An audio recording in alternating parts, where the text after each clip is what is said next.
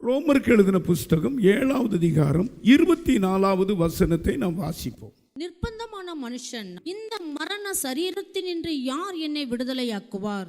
இந்த பகுதியிலே ரோம் ராஜ்யம், அப்போஸ்தலனாகிய பவுல் ரோம் சபைக்கு எழுதுகிறார்.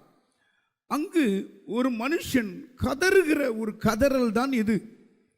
இந்த மனிதன் கொலை செய்யப்பட்ட ஒரு மனிதன், கொலை செய்யப்பட்ட மனுஷன் விடுதலை செய்ய முடியல, அவனால் விடுதலை பெற முடியல.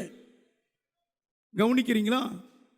அந்த நாட்களில் ஒருவன் கொலை செஞ்சிட்டா அவனுக்கு மன்னிப்பு கிடையாது. அந்த கொலை செஞ்சவனை கொலை செஞ்சு அவன் மறிச்சிட்டான்னா, கொலை செய்யப்பட்டவன் அந்த சரீரத்தோடு இந்த சரீரத்தை கட்டிடுவாங்க. கட்டி அங்கு அந்த நியாய தீர்ப்பு மேடன்னு ஒன்று இருக்கும். அந்த நியாய சாஸ்திரி வந்து உட்கார்ந்து, அந்த கொலை செய்யப்பட்டவன் செத்துருப்பான்ல, இந்த கொலை செஞ்சவன் உயிரோடு இருக்கான் பாருங்க, 2 பாடியும் சேர்த்து கட்டிடுவான். ஒரு அந்த ராஜா என்ன சொல்றாரோ, ஒன்று முதுகுக்கு நேராக முதுகு பக்கம் கட்டுவாங்க, இல்லைன்னா நேருக்கு நேர் கட்டி ஒரு கிடங்குல போட்டுருவாங்க. ஒரு குழி, கிட்டத்தட்ட ஒரு 15 அடி குழி, வெறும் குழி, தண்ணி இல்லாத குழியை தோண்டி வச்சிருப்பாங்க. அதில் இருந்து அவன் கத்திக்கிட்டே இருப்பான். எப்படி ஒரு குஷ்டரோகி கத்துறானோ அதுபோல அந்த வார்த்தை தான் அந்த வார்த்தை. எல்லாரும் சேர்ந்து வாசிங்க. நிர்பந்தமான மனுஷன், நிர்பந்தமான மனுஷன், இந்த மரண சரீரத்தினின்று யார் என்னை விடுதலையாக்குவார்? இங்க பாருங்க, இங்க ஒரு கூச்சல் கேட்குது குழியில இருந்து. நான் நிர்பந்தமான மனுஷன், ஐயோ இந்த பாவத்தை செய்துட்டேனே, இந்த கொலையை செய்துட்டேனே, நான் நிர்பந்தமான மனுஷன். என் சரீரத்தோடு ஒரு மரணத்தை கட்டி இருக்கிறாங்க, விடுதலை செய்யறதுக்கு ஆள் இல்லையான்னு கத்துற அருமையானவல்ல. இன்றைக்கு அப்படித்தான் ஒவ்வொரு ஏரியாவிலும் இந்த கூக்குரல் கேட்கிறத பார்க்கிறோம். யார் எங்களை விடுதலை செய்வா? இந்த மனுஷன் அப்படித்தான், நான் நிர்பந்தமான மனுஷன், யார் என்னை விடுதலை செய்வா என்று கதறுகிறான். இந்த மனுஷன் கத்துறான். இந்த எப்படி கத்துறான்? நிர்பந்தமான மனுஷன், நிர்பந்தமான மனுஷன் நான், இந்த மரண சரீரத்திலிருந்து யார் என்னை விடுதலையாக்குவா? இன்றைக்கு விடுதலைக்காக ஜனங்கள் ஏங்குறாங்க, கதறுகிறாங்க, கத்துறாங்க. ஆமா, நீங்க சிறைக்குள்ள போங்கள, ஐயோ எங்களை விடுதலை செய்யறதுக்கு ஆள் இல்லையா? அப்பந்தான் தெரியும், அந்த கட்டத்தில் இருந்தா தான் தெரியும், அந்த வியாதி வந்தா தான் தெரியும், அந்த தண்டனை வந்தா தான் தெரியும். விளங்குதுங்களா? இந்த இடத்துல இவன் கத்துன்னு கத்துறான். விடுதலை பெறுகிறது காலை இல்லை. அந்த காலங்கள் அப்படிப்பட்ட காலங்களா இருந்தது. ஆனால் இந்த காலம், நீயும் நானும் பிரசங்கிக்கிற இயேசு கிருபை நிறைந்தவர், இரக்க நிறைந்தவர். அவர் உன்னை நியாயம் தீர்க்க மாட்டார். நீ ஆமா, அந்த காலத்தில் கண்ணுக்கு கண்ணு எடுத்தா கண்ணு எடுக்கணும், கையை எடுத்தா கையை எடுக்கணும். பல்ல ஒருத்தன் கடிச்சிட்டானா உன்னுடைய பல்ல ஊரார் பகுதியில் வந்து பிடுங்கணும். ஆனால் இயேசு எல்லாவற்றையும் சகித்து கொண்டார். அல்லேலூயா! எத்தனை பேர் சந்தோஷமா இருக்கீங்க? அல்லேலூயா! அருமையானவர்களே, இந்த மரண சரீரம்னு சொல்றார். பாவம் செஞ்சிட்ட உடனே அந்த மரணத்தோடு அவனை ஒட்டிடுறாங்க. உங்களுக்கு தெரியுமா? உங்க சரீரம் தேவாலயம், உங்க சரீரம் தேவாலயம். அருமையானவர்களே, இந்த சரீரத்தை தொட்டா துடிப்பார் ஆண்டவர். இந்த சரீரத்தை மீட்கத்தான் அவர் வந்தார். இந்த சரீரத்துக்கு ஒரு பொண்ணை வைத்திருக்கிறார், ஒரு ஆண்டவருடைய ஆவியை வச்சிருக்கிறார், ஆண்டவருடைய சுவாசத்தை வைத்திருக்கிறார். எல்லாவற்றையும் ஆமா தன்னுடைய வார்த்தையில படைச்சார். உன்னையும் என்னையும் ஜீவ சுவாசத்தை ஊதினார். ஆகையினால தான் உன்னை பொண்ணா வச்சிருக்கிறார். 1 கொரிந்தியர் எழுதின புஸ்தகம் 3வது அதிகாரம் 16-17 வசனத்தை நீங்க வாசித்து பாருங்க. நீங்கள் தேவனுடைய ஆலயமாய் இருக்கிறீர்கள், நீங்க தான் தேவனுடைய ஆலயம், தேவனுடைய ஆவி உங்களில் வாசமாய் இருக்கிறார் என்று, தேவனுடைய ஆவி உங்களில் வாசமாய் இருக்கிறார் என்று அறிந்திருக்கிறீர்களா? நீங்கள் அறிந்திருக்கிறீர்கள். ஒருவன் தேவனுடைய ஆலயத்தை கெடுத்தால், ஒருவன் தேவனுடைய ஆலயத்தை கெடுத்தால் அவனை தேவன் கெடுப்பார், அவனை தேவன் கெடுப்பார். தேவனுடைய ஆலயம் பரிசுத்தமாய் இருக்கிறது, தேவனுடைய ஆலயம் பரிசுத்தமா இருக்கிறது. நீங்களே அந்த ஆலயம், நீங்களா அந்த ஆலயம். பக்கத்துல பார்த்து சொல்லுங்க.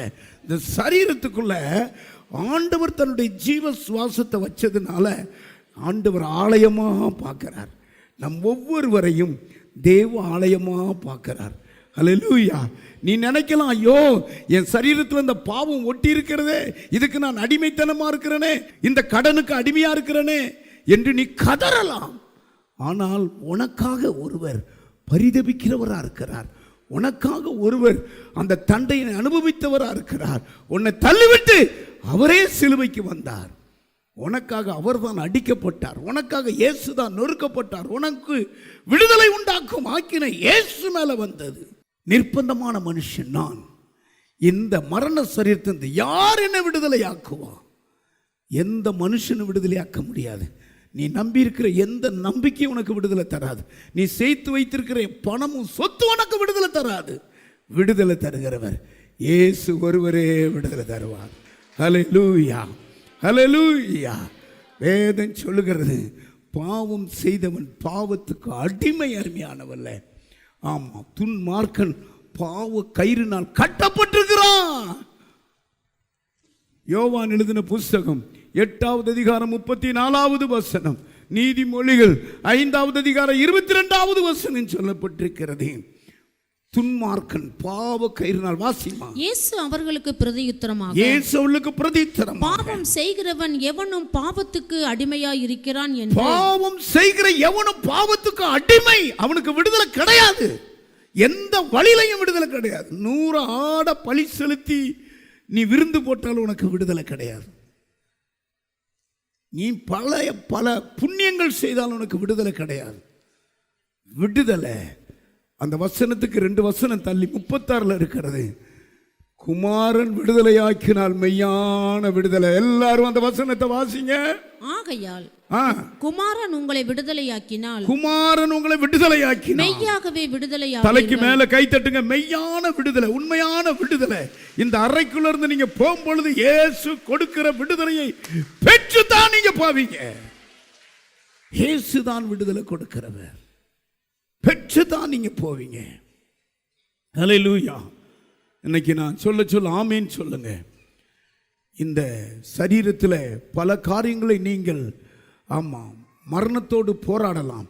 எனக்கு ஆண்டவர் சொல்லியிருக்கிறார், இன்றைக்கு இயேசு பாவத்திலிருந்து ஜனங்களை விடுவிப்பார், வியாதியிலிருந்து ஜனங்களை விடுவிப்பார், கடன் பிரச்சனை ஜனங்களை விடுவிப்பார், சாபத்திலிருந்து ஜனங்களை விடுவிப்பார், மந்திர சூழ்ச்சியிலிருந்து ஜனங்களை விடுவிப்பார், செய்வன கட்டிருந்து ஜனங்களை விடுவிப்பார், தத்தளிக்கிற அந்த பாத்திரத்தை உன் கையிலிருந்து எடுத்து போட்டு உன்னை விடுவிப்பார்.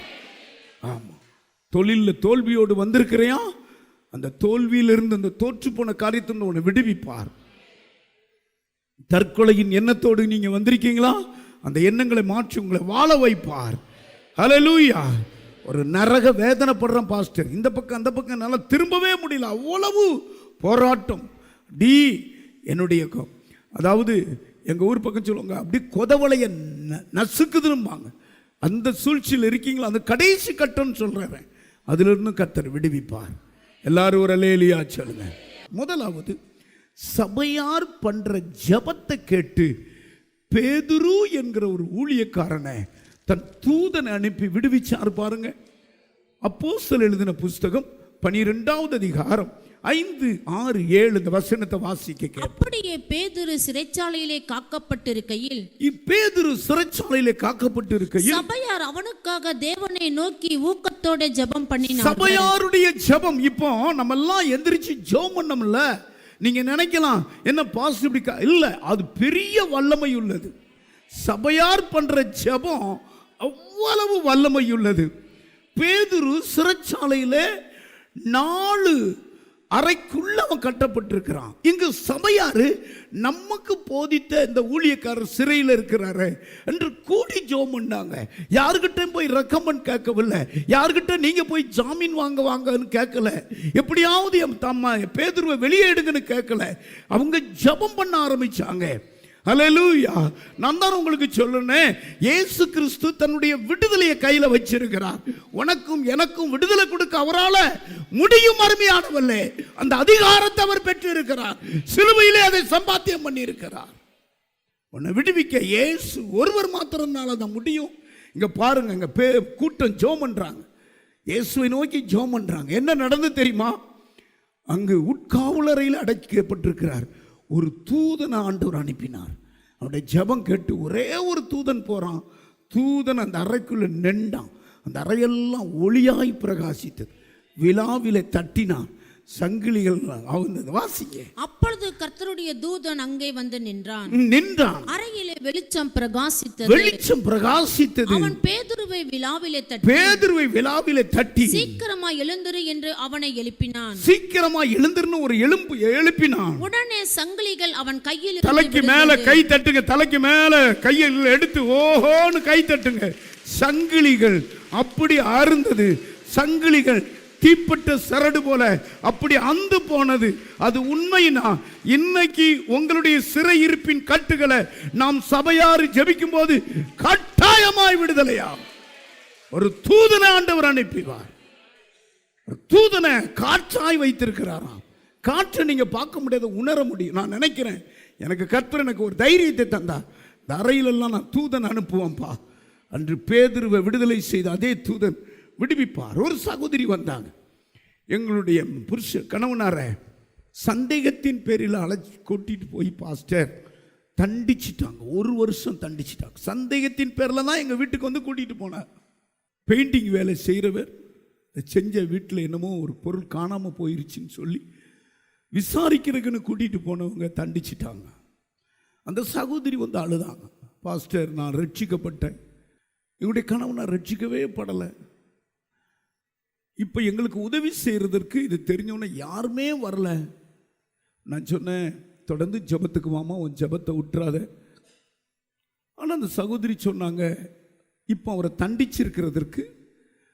தண்டிச்சதுக்கு காரணம் எப்படியாவது ஒரு ரட்சிக்கப்பட்டு தான் வெளியே வருவார். அல்லேலூயா. சிறைச்சாலையிலே அவளை ரட்சிக்கிறேன். நாங்களும் ஜெபம் பண்ணோம். பாருங்க, இவங்க மாசத்துல ஒரு நாள் 2வது சனிக்கிழமை போய் அவருக்கு உண்டான பிஸ்கட் அப்படி கொஞ்ச நேரம் பேசலாம். அதாவது 6 மாசமா இருந்திருக்கிறாரு. தண்டிச்சது 1 வருஷம். 1 வருஷம் இல்லாமல் ஜாமீன் கிடைக்காது. பார்க்கத்தான் போயிருக்காங்க. அந்த சகோதரி சொன்னாங்க என்கிட்ட, பாஸ்டர் நான் எப்பொழுதும் போல என் 2 பிள்ளைகளையும் கூட்டிட்டு பார்க்கத்தான் பாஸ்டர் போனேன். அந்த அதிகாரி வந்து நாங்கள் வெளியே நிற்கிறோம், எங்கிட்ட பேசிட்டு தான் உள்ளே போனார். போன உடனே எங்களுடைய வீட்டுக்காரரை கூப்பிட்டு என்னோட அனுப்பி வச்சுட்டாருன்றாங்க. கைகளை தட்டுங்க. ஒரு 6 இதில் கையெழுத்து வாங்கினாங்க, எங்களோட அனுப்பி வச்சுட்டாங்க. நீ வக்கீலையும் பார்க்க வேண்டாம், ஸ்டேஷனுக்கு போக வேண்டாம், போன உடனே உங்கள் ஸ்டேஷனில் ஒரு கையெழுத்து போட்டு இனி நல்லா மனைவி பேச்சை கேட்டு எந்த குடிகாரன் திருடுலாம் நீ சேரக்கூடாது அப்படின்னு. புரியவே இல்லை. நாங்கள் இதுதான் கர்த்தர் செய்கிறது, எப்படி விடுதலை ஆச்சுன்னு இன்னும் புரியவே இல்லை. சபையார் பண்ணுற ஜபம், நான் அழுதுட்டு போய் பண்ணுற ஜபம், ஒரு ஃபைன் இல்லாமல் கம்ப்ளீட்டாக 6வது மாதத்தில் வீட்டுக்காரர் வெளியே வந்துட்டார். இப்போ திருந்தி வாழ்கிறாரு. அவர் சொன்னது போல ரட்சிக்கப்பட்டுட்டார். கை தட்டுங்க. இதுதான் ஆமாம், ஆண்டவர் விடுதலை பண்ணா தான் விடுதலை. அந்த சகோதரி சொன்னதுன்னு எனக்கு ஞாபகம் இருக்குது. ஜபத்தில் வந்து அந்த ஐக்கியத்தோடு ஜெபம் பண்ணுவேன், சபையில் வந்து ஜெபம் பண்ணுவேன். சபையார் எனக்காக ஜெபம் பண்ணாங்க. ஆமாம், அவங்க சாட்சியும் கொடுத்தாங்க. சபையார் ஜெபம் பண்ணுறதை கேட்பார். 2வது அபிஷேகத்தினால விடுதலை உண்டாயிரும். ஆவியில் நிறையும் போது அபிஷேகத்தினால உன் கழுத்தில் இருக்கிற நுகத்தடி முறியும். ஏசாயா எழுதின புஸ்தகம் 10வது அதிகாரம் 27வது வசனம். அந்நாளில் உன் தோளில் நின்று அவன் சுமையும், அந்நாளிலே தோளில் இருந்து உன் சுமையும், உன் கழுத்து நின்று அவன் நுகமும் நீக்கப்படும். அபிஷேகத்தினால் நுகம் முறிந்து போகும். அபிஷேகத்தினால நுகம் முறிஞ்சு போகும். நுகம் நான் என்ன தெரியுமா, எங்க ஊர்ல நோக்கால்னு சொல்லுவாங்க. அதாவது மாட்டுக்கு மேலே வைக்கிற அந்த நோக்கால், அது மாட்டுக்கு மேலே, அந்த 2 மாட்டுக்கு மேலே வச்சிட்டா அந்த எஜமான் செய்ததைத்தான் அந்த மாடு செய்யும். வேற திரும்பவே முடியாது, இந்த பக்கம் போகவே முடியாது. மலையில் ஏறு அப்படின்னா அந்த நோக்கானில் பூட்டி ஒரு தார்கம்பு இருக்கும். அந்த தார்கம்பை வால் பக்கமாக குத்துவாங்க. உப்பு மூடையை ஏற்றிட்டு அப்படியே அந்த அம்பாரத்தில் கொண்டு கொட்டணும். பார்த்துக்கோங்க, திணறும், ஆனாலும் குறுகாது, வைக்காது. அது எடுக்கும்போது பார்த்தா, அந்த நோக்கானை கலட்டும் போது பார்த்தா இந்த சதையெல்லாம் ரத்தம் அடியும். அழதான் வேண்டியது, அழணும், ஒன்றும் முடியாது. அவனுக்குள்ளே சிக்கிடுச்சு அந்த மாடு. அந்த நோக்கான் அந்த போட்டு அந்த கம்பை மாட்டி விட்டுட்டான்னா போதும். இப்படித்தான் பிசாசு அநேகரை செய்கிறான். தன்னுடைய திட்டத்துக்குள்ளே கொண்டு வர்றான். ஒரு அம்மா சொன்னாங்க போன ஞாயிற்றுக்கிழமை, அழுன்னு அழுதாங்க. ஏமா அழுகிறீங்கன்னா 4 ஏக்கர் பூமியை ஆன்லைனில் தோத்துட்டானாமா. கவனிங்க, பத்திரம் செராக்ஸ் எடுத்து பத்திரம் நம்பரை ரிஜிஸ்டர் பண்ணி ஆடி இருக்கிறான். 4 ஏக்கர் தோட்டம் அப்படி போச்சு. அழுன்னு அழுதாங்க. இருக்கிறது இப்போ வீடு தான் பாஸ்டர், அந்த வீட்டு பத்திரமா அவன்கிட்ட இருக்கு, எப்படியாவது உனக்கு விடுதலை செய்யணும். அவங்க இயேசு அறியாதவங்க, விடுதலைக்காக வந்திருக்காங்க. என்னமா நீங்க அழுகிறீங்கன்னா இப்படி போச்சு பாஸ்டர். இப்போ ஆன்லைன் அந்த கம்பெனிக்காரன் வந்து வேலி போட்டு அவன் பூட் போட்டு போயிட்டான். பார்த்தீங்களா? ஒன்றும் செய்ய முடியாது. இலவச கரண்ட் இருக்கிறது, தண்ணி கிணறு நிறையா இருக்கிறது. இப்போ வந்து மலைக்கு எனக்கு கேட்டால் அதிர்ச்சி ஆகும். மீற முடியாது, அடிமை ஆயிட்டா அவ்வளோதான். ஒரே ஒரு வழி இயேசு கிறிஸ்து தான். ஒரே வழி இயேசு கிறிஸ்து தான். இந்த நுகத்தடி இருக்குது அல்லவா, இதைத்தான் சிலுவையில் இயேசு சுமந்தார். நீ சுமக்க வேண்டிய அந்த நுகத்தடி உடைஞ்சி உனக்கு விடுதலை ஆகணும்னா அந்த நுகத்தடி சுமந்த இயேசுவை நீ பார்க்கணும், இயேசுக்கிட்ட வரணும். ஹல்லேலூயா. நாங்கள் பைபிள் காலேஜ் படிக்கும் பொழுது அந்த மரத்துக்கு பேர் வந்து கர்வாலி மரமாம். 150 எடை உள்ள ஒரு மரமாம். அது ஆணி கூட அடிக்க முடியாது, அப்படி கனமுள்ள ஒரு மரத்தை கொல்கத்தாவில் அவர் தள்ளாடி அந்த காட்சியை பார்க்கும்போது அவ்வளவு வேதனை. ஆண்டவர் விடுவிப்பார். கைகளை உயர்த்தி. எப்போ விடுதலை ஆகும் தெரியுமா? ஹோலி ஸ்பிரிட்டுக்கு நீ இடம் கொடுக்கணும். அபிஷேகம் வந்தால் போதும், அபிஷேகத்தில் நிறையணும். கர்த்தருடைய பிள்ளையே, இயேசு கிறிஸ்துக்கு இடம் கொடுத்த நீ அபிஷேகத்துக்கு இடம் கொடுக்கணும்.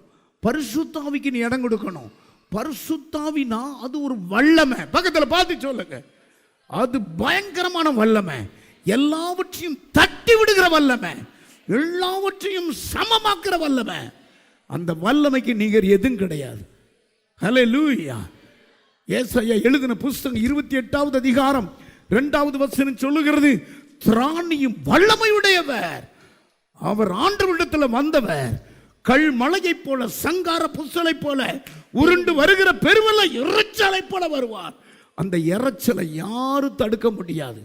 கைகளை உயர்த்தி ஹல்லேலூயா. சென்னையில் வந்த மிஜா புயல், என்ன புயல்? ஆடிட்டு, சென்னை பட்டணம் ஆடிட்டு, சின்ன புயலே நிற்க முடியல. புயலை விட பயங்கர வல்லமை பரிசுத்தாவியானுடைய வல்லமை. வாசிக்க கேட்போம். இதோ திராணியும் வல்லமையும் உடைய ஒருவன், பரிசுத்தாவியானவர் எழுதி பிராக்கெட்ல போடுங்க. அவருடைய பவரை புரிஞ்சுக்கோங்க. வல்லமையும் திராணியும் உள்ளவர் பரிசுத்தாவியானவர். அவன் கல்மலையை போல, அவர் கல்மலையை போல வருவார். சங்கார புசல் போல, சங்கார புசலை போல புரண்டு வருகிற பெருவெள்ளம் போல, இறைச்சல் போல வந்து கையினாலே அதை கையினால. பரிசுத்தாவியானவருக்கு கை இருக்குது. பக்கத்துல பார்த்து சொல்லுங்க, கையினால பிசாசுடைய கோட்டையை உடைச்சிருவார். ஆவியில நிறைங்க. நீங்க என்னைக்கு ஆவியில் நிறைய போறீங்களா? ஹோலி ஸ்பிரிட் பேர் கிறிஸ்தவனா இருக்காத. நீங்க சும்மா வந்தோம் ஏதோ இருப்போம் இல்லை, பரிசுத்தாவியானவரை நீங்க பெறணும். ஹல்லேலூயா. ஆமா, ஆண்டவர் பரிசுத்தாவியானவரை நமக்கு அனுப்பியிருக்கிறார். ஒரு நமக்காக யுத்தம் பண்ணுகிற ஆவியானவர். வெள்ளம் போல சத்துரு வந்தாலும் உனக்கு விரோதமா யுத்தம் பண்ணி கொடியேற்றுவார். உனக்கு ஜெயத்தை தந்துருவார். பக்கத்துல பார்த்து சொல்லுங்க, ஹல்லேலூயா. ஒரு பலவிதமான அடிமைக்கு ஆளாகி இருந்தார். சபைக்கு வருவார், திருவிருந்து ஞானஸ்தானம் எடுத்தார், திருவிருந்து எடுப்பார். ஆனால் பாவத்திலிருந்து விடுதலை இல்லை, குடியிலிருந்து விடுதலை இல்லை. நைட்டில் எப்படியாவது போய், அது சனிக்கிழமை குடிச்சிருவாராம் பாருங்க. ஆமாம், குடிச்சிட்டு ஞாயிற்றுக்கிழமை குளிச்சுட்டு கோயிலுக்கு வந்துடுறது. சொன்னார், நானும் பரிசுத்த ஆவியானவர் என் மனைவி நிறைவா பாஸ்டர். ஆனால் வந்து நானும் ஒரு நாள் தாகத்தோடு கேட்டேன். ஆமாம், என்னை ஆவினால நிரப்பிட்டார். ஆவியானவர் வந்ததுக்கு பிறகு எனக்கு முற்றிலும் விடுதலை. கைகளை உயர்த்தி ஒரு அல்லேலூயா சொல்லுங்க. ஹல்லேலூயா. புது மனுஷன். பரிசுத்த ஆவியானவரை இவ்வளவு நாளா நான் பெறாம இருந்ததுக்கு நானே என் கையெடுத்து தலையில கொட்டிக்கிட்டேன். ஆஹா, என்ன தெரியுமா? தாகம் இருந்துட்டா ஆவியானவர் ஊற்றப்பட்டுருவார். கையை உயர்த்தி ஒரு அலேலியா சொல்லுங்க. ஆவியானவர் வந்துட்டா நீ அல்ல, நீ ரெட்டையர்கள். ஆமேன்னு சொல்லுங்க. நீ ரெட்டையர்கள், ரெட்டை பிள்ளை. ஆமாம், ஆவியானவர் உன்னை இயக்க ஆரம்பிப்பார், எல்லாத்துலேயும் ஜெயம் தருவார். பாவம் செஞ்சால் மனச்சாட்சியை குத்துவார். ஆமாம், பாவத்தை குறித்து, நீதியை குறித்து, நியாய தீர்ப்பை குறித்து ஆவியானவர் உணர்த்துவார். ஆமாம், அவர் சொல்லுவாராம், ஏன்னா சுவை கண்ட பூனை இல்லவா, சம்பளம் இப்போல்லாம் 1500 ரூபா ஆச்சு, வாரம் 10,000 ரூபா வந்துடுது பையில். சனிக்கிழமை ஆயிட்டா இவங்க கூட உள்ளவங்கெல்லாம் அங்கே போவாங்களாம் டாஸ்மாக் கடைக்கு. அது பாருங்க, இவர் செய்கிற பில்டிங் பக்கத்துலேயும் இருக்குது. இங்கே வாயெல்லாம் தண்ணியாக ருசிக்குமாமா. நம்ம அபிஷேகம் பண்ணப்பட்டால் ரபாலா ஷாக்கா ரபா அப்படிப்பா சரி ஆலயத்துக்கு வந்து இது வரைக்கும் நான் காத்துக்கிட்டேங்கிறார். கையை உயர்த்துங்க. உங்களுக்கும் சொல்கிறேன், ஆவியானவருக்கு இன்னைக்கு இடம் கொடுங்க. இன்னைக்கு விடுதலை உண்டாயிரும். அபிஷேகத்தினால நுகங்கள் முறிக்கப்படும். ஹோலி ஸ்பிரிட் ரொம்ப நேரம் நிரம்புங்க. நான் விரும்பணும். நீங்கள் கை எல்லாம் பக்கத்தில் பாரு. நீங்கள் ரொம்ப நேரம் அந்நிய பாச விரும்பணும். பவுல் சொல்கிறாரு, உங்களில் நான் அதிகமாக அந்நிய பாச பேசுகிறேங்கிறாரு. நீங்கள் அந்நிய பாச பேசுகிற சபை இந்த சபை. ஆமீன் சொல்லுங்க. ஹல்லேலூயா. ஆமாம், அந்நிய பாச ரொம்ப நேரம் பேசணும். அது ஆண்டவரோடு பேசுறது. உங்களை அறியாதபடி ஞானம், விவேகம், அறிவு, வல்லமை இறங்கிறோம். ஆமாம், அந்நிய பாச பேசுங்க. அபிஷேகத்தினால நுகத்தடிகள் முறிஞ்சு போகும். மூணாவது ஒன்று சொல்கிறேன், ஆலயத்துக்கு நீங்கள் வந்துட்டாலே விடுதலை ஆயிரும். இந்த வசனம் சொல்லுது, லூக்கா எழுதின புஸ்தகம் 13வது அதிகாரம் 10வது வசனத்தில், ஒரு ஓய்வு நாளில் அவர் ஜெபாலயத்தில் போதகம் பண்ணி கொண்டிருந்தார். பாருங்க, ஜெபாலயத்தில் இயேசு போதகம் பண்ணி கொண்டிருந்தார். அப்பொழுது 18 வருஷமாய் பலவீனப்படுத்த ஆவியை கொண்ட ஒரு ஸ்திரீ அங்க இருக்கிறா. கவனிக்கிறீங்களா? அவ எவ்வளவு வேணும் நிம்மற முடியாம ஒரு கூனின்னு எழுதியிருக்கு கீழே, நீங்க வாசித்தா. ஆனா சுகத்துக்காக வரல, அவ ரெகுலரா ஆலயத்துக்கு வர்றவா. இங்க ஆசாரியர்கள் பிரசங்கம் பண்ற அந்த நேரத்தில் விருந்தாளியா இயேசு வந்துட்டார். ஆமீன் சொல்லுங்க. அப்ப இயேசு பிரசங்கம் பண்ணிக்கிட்டு இருக்கிற பொழுது அப்படி பார்க்கிறாரு, ஆபிரகாம் குமாரத்திய வேதம் சொல்லுகிறது சாத்தான் கட்டி வச்சிருந்ததுங்கிறார் இயேசு. 16வது வசனம் வாசிமா. இதோ சாத்தான் 18 வருஷமாய் கட்டியிருந்த ஆபிரகாமின் குமாரத்தி ஆகிய இவளை ஓய்வு நாளில் இந்த கட்டிலிருந்து அவிழ்த்து விட வேண்டியதில்லை என்றார். இவங்க என்ன, இது பலவீனம், இது பிறவிலே வந்துட்டு குறுக்கு எலும்பு வளைஞ்சிட்டு இனி முடியாதுன்னு தான் அவங்க நினைச்சாங்க. பலவீனம்னு தான் எழுதியிருக்கான. கரெக்டா கண்டுபிடிச்சவர் இயேசு தான். ஆமீன் சொல்லுங்க. ஆகா, இது பலவீனம் இல்லை, இது ஒரு சாத்தான்ல கட்டி வச்சிருக்கிறது. பாருங்க, ஆண்டவரே இப்படி ஒரு பலவீனப்படுத்துகிற ஆவியினை ஆண்டவர்கிட்டையும் வரல. அவர் எல்லாரையும் போல ஆளுகளோடு ஆராதிச்சா பிரசங்கம் பண்ணுற இயேசுவுக்கு அங்கே தெரிஞ்சது. அப்போ நான் எழுதி வச்சிருக்கிறேன், ஆலயத்துக்கு வந்துட்டாலே விடுதலை ஆயிரும். ஹல்லேலூயா. ஆலயத்துக்கு நீங்கள் எத்தனையோ காரியத்துக்கு பணம் செலவு பண்ணி நீங்கள் போகிறீங்க. ஆமாம், ஆஸ்பத்திரிக்கு எவ்வளவோ செலவு பண்ணுறீங்க, காது குத்து விழாவுக்கு, கல்யாணத்துக்கு, எங்கேயோ சடங்காச்சாரத்துக்கெல்லாம் செலவு பண்ணுறதெல்லாம் போதும். நான் என்ன சொல்கிறேன்னா, ஆலயத்தை தவறாமல் வந்துருங்க, ஆட்டோமேட்டிக்காக விடுதலை ஆயிரும். கையை உயர்த்தி அல்லேலூயா. இந்த ஆலயத்துக்குள்ள உலாவுகிறவர் இயேசு கிறிஸ்து இந்த ஆலயத்தில் இருக்கிற எல்லாரையும் கண்காணித்து கொண்டிருக்கிறார். ஒருவரும் துக்கமுகமாக வியாதியாக உங்களை அனுப்பவே மாட்டார். உங்களை ஆரோக்கியப்படுத்தி தான் அனுப்புவார். கையை உயர்த்தி அல்லேலூயா. ஒரு சகோதரி வந்தாங்க, 5 வியாதி எனக்கு இருந்தது பாஸ்டர். 5 வியாதி. ஆஸ்மா வியாதி, பிரஷர் வியாதி, சுகர் வியாதி, முட்டு 2ம் அப்படி வீங்கிக்கிட்டு, அதற்கடுத்து நீரிழிவு வியாதி. 1 மணி நேரம் 3/4 மணி நேரத்துக்கு ஒருக்கா யூரின் போகிறது. இந்த பிரச்சனையோடு நான் தேவாலயத்துக்கு வந்தேன். விடுதலை ஜபத்துக்கு இல்லை, ஞாயிற்றுக்கிழமை ஆராதனைக்கு வந்தேன். நான் உங்களையும் பார்க்கல, நீங்கள் என்னைய பார்த்தீங்களோ பார்க்கல, இயேசு என்னைய பார்த்தார். ஒரு வல்லம் அப்படியே ஒரு கரமனை தொட்டது உணர்ந்தேன். நான் என்னடா இன்னும் யூரின் வரமாட்டுக்க, அடிக்கடி போய்கிட்டு இருப்பேமேன்னு அப்போ நின்றது தான். இப்போ ஒரு நாளைக்கு 3 முறை 2 முறை தான் யூரின் போகுது. இதிலிருந்து எனக்கு தெரிஞ்சிட்டு சுகர் இல்லை, பிரஷர் இல்லை, எல்லா ஆஸ்மாவும் இல்லை. இதை சுமந்ததுனால தான் ஆஸ்மா வந்துக்கிட்டே இருந்தது. ஆண்டவர் எல்லா வியாதியும் சிலுவையிலே தீர்த்திட்டார். ஏதன் சொல்லுகிறது மத்தேயு 8:17 இந்த வசனத்தை வாசித்து நாம் ஜெபிக்க போகிறோம். இன்றைக்கு இந்த 3 வார்த்தையின் பிரகாரம் உங்களை ஆண்டவர் விடுதலை செய்ய. மத்தேயு 8:17 வாசிங்க. அவர் தாமே நம்முடைய பலவீனங்களை ஏற்றுக்கொண்டு, அவர் தாமே உங்கள் பலவீனப்படுத்த ஆவின்னு நீங்க நினைக்கிறீங்களா? இன்றைக்கு அவர் ஏற்றுக்கொண்டு நம்முடைய நோய்களை சுமந்தார் என்று, நம்முடைய நோய்கள் எல்லாம் சுமந்துட்டார் என்று ஏசாயா தீர்க்கதரிசியால் எல்லாரும் எந்திரிங்க, நிறைவேறும்படி எல்லாரும் எந்திரிங்க. நடந்தது. இப்போ ஊற்றப்படும். நான் சொன்னது போல எப்பொழுது ஃபர்ஸ்ட் சொல்லுங்க பார்ப்போம். ஜெபத்தினால ஒரு விடுதலை, சபையார் ஜெபத்தினால, இரண்டாவது அபிஷேகத்தினால விடுதலை, மூன்றாவது ஆலயத்துக்கு கொண்டு வந்துட்டால விடுதலை. நான் நிர்பந்தமான மனுஷன், என்னை யார் விடுதலை செய்வான்? டிவி நிகழ்ச்சிகள் நமது சபையின் மூலம் பொள்ளாச்சி முழுவதும் 24 மணி நேரமும் ஜேகிங் டிவி ஒளிபரப்பப்படுகிறது. விகே செட்டப் பாக்ஸில் 112வது சேனலிலும், டிசிசிஎல் செட்டப் பாக்ஸில் 152வது சேனலிலும், எஸ்சிவி செட்டப் பாக்ஸில் 217வது சேனலிலும், டாக்ஸ் செட்டப் பாக்ஸில் 62வது சேனலிலும் நமது சபையின் பாடல்கள், ஆராதனைகள், செய்திகள் ஒளிபரப்பப்படுகிறது.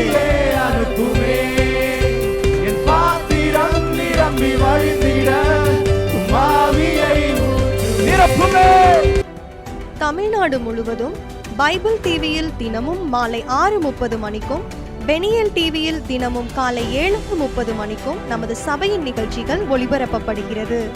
இந்த டிவி ஊழியங்களின் மூலம் ஆயிரக்கணக்கான ஜனங்கள் ஆசிர்வதிக்கப்பட ஜெபித்துக் கொள்ளுங்கள். அன்பார்ந்தவர்களே, ஒவ்வொரு ஞாயிற்றுக்கிழமையும் ஏராளமான ஜனங்கள் நமது ஆலயத்திற்கு வந்து விடுதலை, சுகம், ஆசிர்வாதம் மற்றும் சமாதானம் பெற்று செல்கின்றனர். நமது சபையின் ஆராதனை நேரங்கள்: ஒவ்வொரு ஞாயிற்றுக்கிழமை தோறும் முதலாம் ஆராதனை அதிகாலை 5 மணிக்கும், இரண்டாம் ஆராதனை காலை 7 மணிக்கும், மூன்றாம் ஆராதனை காலை 9 மணிக்கும், நான்காம் ஆராதனை மாலை 6:30 மணிக்கும் நடைபெறும்.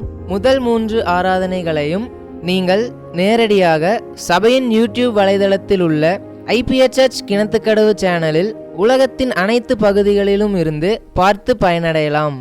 சிறுவர்களுக்கான ஓய்வு நாள் பள்ளி முதலாம் ஆராதனையில் காலை 6 மணிக்கும், இரண்டாம் ஆராதனையில் காலை 8 மணிக்கும், மூன்றாம் ஆராதனையில் காலை 10 மணிக்கும் நடைபெறும். வாலிபர் கூடுகை ஒவ்வொரு மாதமும் முதல் ஞாயிற்றுக்கிழமை அன்று காலை 9 மணிக்கு வாலிபர்களுக்கான விசேஷித்த கூடுகை நடைபெறும். எண்ணெய் பூசி சுகமளிக்கும் வாக்குத்தத்த ஆராதனை ஒவ்வொரு மாதத்தின் 1ஆம் தேதி அதிகாலை 5 மணிக்கும் காலை 10 மணிக்கும் நடைபெறும். கட்டுகளை அவிழ்க்கும் உபவாச ஜெபம் ஒவ்வொரு மாதமும் 3ஆம் வெள்ளிக்கிழமை காலை 10 மணிக்கு நடைபெறும். இதில் ஒவ்வொருவருக்காக தனிப்பட்ட முறையில் பிரார்த்தனை ஏறெடுக்கப்படும். விடுதலை உபவாச ஜெபம் ஒவ்வொரு மாதமும் கடைசி சனிக்கிழமை அன்று காலை 10 மணிக்கு நம் தேசத்திற்காக பாரத்தோடு ஜெபங்கள் ஏறெடுக்கப்படும். ஒவ்வொரு வியாழக்கிழமை தோறும் ஆண்களுக்கான ஜெப கூடுகை புதிய ஆலயத்திலும், பெண்களுக்கான ஜெப கூடுகை பழைய ஆலயத்திலும் மாலை 7 மணிக்கு நடைபெறும். ஒவ்வொரு புதன்கிழமை அன்றும் வாலிப சகோதரர்களுக்கான ஜெப கூடுகை மாலை 7 மணிக்கு நடைபெறும். ஒவ்வொரு ஞாயிற்றுக்கிழமை அன்று வாலிப சகோதரிகளுக்கான ஜெப கூடுகை மாலை 5 மணிக்கு ஜூம் மீட்டிங்கில் நடைபெறும். நமது சபையில் தினமும் காலை 10 மணி முதல் 2 மணி வரை சபைக்காகவும் தேசத்திற்காகவும் ஜெபங்கள் ஏறெடுக்கப்படும். இக்கூட்டங்களில் கலந்து கொண்டு தேவ ஆசிர்வாதம் பெற யாவரையும் அன்புடன் அழைக்கிறோம். எங்களது முகவரி: IPA ஜெப ஆலயம், சர்வம் தியேட்டர் பின்புறம், பொள்ளாச்சி மெயின் ரோட், கிணத்துக்கடவு, 642109. ஜெப உதவிக்கு 9443435618 9488873284.